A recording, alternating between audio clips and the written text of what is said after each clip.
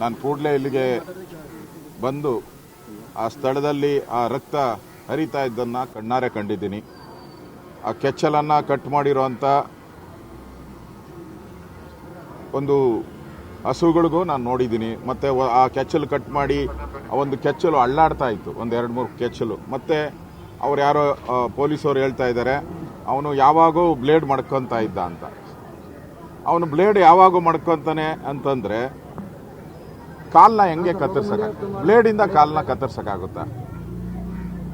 ಇದ್ರ ಒಬ್ಬರು ಮಾಡಿರೋ ಕೃತ್ಯ ಅಂತ ನನಗನ್ಸಲ್ಲ. ಮನುಷ್ಯತ್ವ ಇರೋರು ಯಾರು ಹೆಂಗೆ ನಡ್ಕೊಳ್ಳೋಕೆ ಸಾಧ್ಯ? ಮನುಷ್ಯತ್ವ ಇರೋವಂಥವ್ರು ನಮ್ಮ ಅಧ್ಯಕ್ಷರು ಮಾತಾಡ್ದಂಗೆ ಯಾರೂ ನನ್ನ ಜೀವನದಲ್ಲಿ, ನಾನು ಸುಮಾರು 60 ವರ್ಷದ ಮೇಲಾಗಿದೆ, ನನ್ನ ಜೀವನದಲ್ಲಿ ಈ ಥರದ ಘಟನೆ ಯಾವತ್ತೂ ನೋಡಿಲ್ಲ. ಇವತ್ತು ಮಹಾಕುಂಭಮೇಳ ನಡೀತಾ ಇದೆ 144 ವರ್ಷಕ್ಕೆ. ಸಂಕ್ರಾಂತಿ ಇವತ್ತು ಹಿಂದೂಗಳಿಗೆ ಇದೊಂದು ಪವಿತ್ರ ಹಬ್ಬ. ವರ್ಷ ಪೂರ್ತಿ ಗೋವುಗಳು ನಮಗೆ ಅನ್ನ ಕೊಡುತ್ತೆ, ಹಾಲು ಕೊಡುತ್ತೆ, ಅದಕ್ಕೆ ಪೂಜೆ ಮಾಡೋ ಅಂಥ ಹಬ್ಬ. ಇವತ್ತು ಕಾಂಗ್ರೆಸ್ಸಿನ ಮುಖಂಡರು ಬಂದು ನೆನ್ನೆ ಗಲಾಟೆ ಮಾಡಿ ಹೊಡೆಯೋಕ್ಕೆ ಬಂದಿದ್ದಾರೆ ಕರ್ಣನ್ನ. ತಗೋ 2 ಹಸು ಅಂತ. ಅಷ್ಟು ಭಿಕ್ಷೆ ಬೇಡೋವಂಥ ಸ್ಥಿತಿಯಲ್ಲಿ ಈ ಹಿಂದೂ ಸಮಾಜ ಇಲ್ಲ. ಅವರು ಒಂದು ಕೈಯಲ್ಲಿ ಕೊಡೋದು ಹಸುಗಳನ್ನ, ಇನ್ನೊಂದು ಕೈಯಲ್ಲಿ ಕಟ್ ಮಾಡೋದು. ಈ ರಸ್ತೆಯಲ್ಲಿ ನೋಡಿ 50 ದನ ಕಟ್ ಮಾಡಿದ್ದಾರೆ ಇವತ್ತು. ಈ ರಸ್ತೆಯಲ್ಲಿ ನೋಡ್ಕೊಂಡೋಗಿ ನೀವು, ದಾರಿ ಉದ್ದಕ್ಕೂ 50 ದನಗಳ ಕಟ್ ಮಾಡಿದ್ದಾರೆ, ರಾಶಿ. ಒಂದು ಕೈಯಲ್ಲಿ ಕೊಡೋದು, ಒಂದು ಕೈಯಲ್ಲಿ ಕೊಲೆ ಮಾಡೋದು.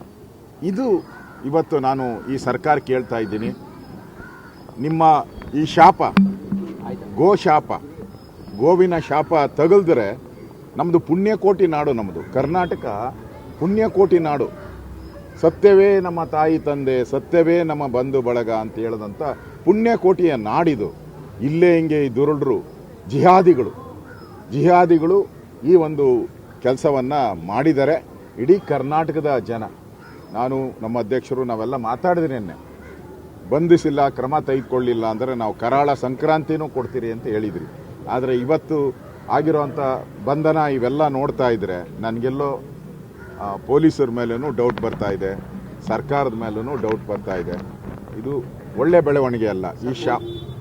ಪೊಲೀಸರು ಬಂಧಿಸುವಂಥ ವ್ಯಕ್ತಿನೇ ಕೃತ್ಯ ಎಸಗಿದ್ದಾನೆ ಅಂತ ಅನ್ಸುತ್ತೆ ಸರ್. ಯಾಕೆಂದರೆ ಅವನ ಹತ್ರ ಜೇಬಲ್ಲಿ ಬ್ಲೇಡ್ ಇತ್ತು, ಬ್ಲೇಡ್ ಇಟ್ಕೊಂಡು ಓಡಾಡ್ತಿದ್ದ ಅಂದರೆ ಪೊಲೀಸರು ಏನು ಮಾಡ್ತಿದ್ರು ಸರ್? ಬ್ಲೇಡ್ ಇಟ್ಕೊಂಡು ಓಡಾಡೋನ್ನ ಬಂಧಿಸಬೇಕು, ಇಲ್ಲಾಂದ್ರೆ ವಿಚಾರಣೆ ಮಾಡಬೇಕಲ್ವಾ? ಅವ್ನು ಬ್ಲೇಡ್ ಇಟ್ಕೊಂಡು ಹಸು ಕೆಚ್ಚಲಿಗೆ ಹಾಕೋರ್ಗು ಏನು ಮಾಡ್ತಿದ್ರು ಅಂತ ಅಲ್ಲ. ಒಂದು ಅವನು 10 ವರ್ಷದಿಂದ ಇಲ್ಲಿ ಫ್ಯಾಕ್ಟ್ರಿಯಲ್ಲಿ ಕೆಲಸ ಮಾಡ್ತಾ ಇದ್ದಾನೆ.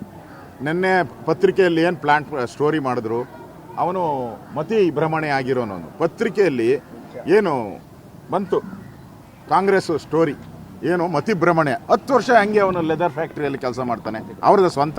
ಮತಿಭ್ರಮಣೆ ಇರೋವಂಥವನ್ನ 10 ವರ್ಷ ಹೇಗೆ ಅವ್ರ ಅಣ್ಣಂದು ಫ್ಯಾಕ್ಟ್ರಿ ಅವನು 10 ವರ್ಷ ಹೆಂಗೆ ಕೆಲಸ ಮಾಡ್ತಾನೆ? ಅವನು ಕುಡಿದ್ರೆ ಬಾರ್ಗಳೆಲ್ಲ ಕ್ಲೋಸ್ ಆಗೋದು ಎಷ್ಟೊತ್ತಿಗೆ? 10:00ವರೆಗೆ ಕ್ಲೋಸ್ ಆಗ್ತೈತೆ, 11 ಗಂಟೆ ಕ್ಲೋಸ್ ಆಗ್ತೈತೆ. ಅವ್ನು 3 ಗಂಟೆಗೆ ಹೆಂಗೆ ಬರ್ತಾನೆ ಇಲ್ಲಿ?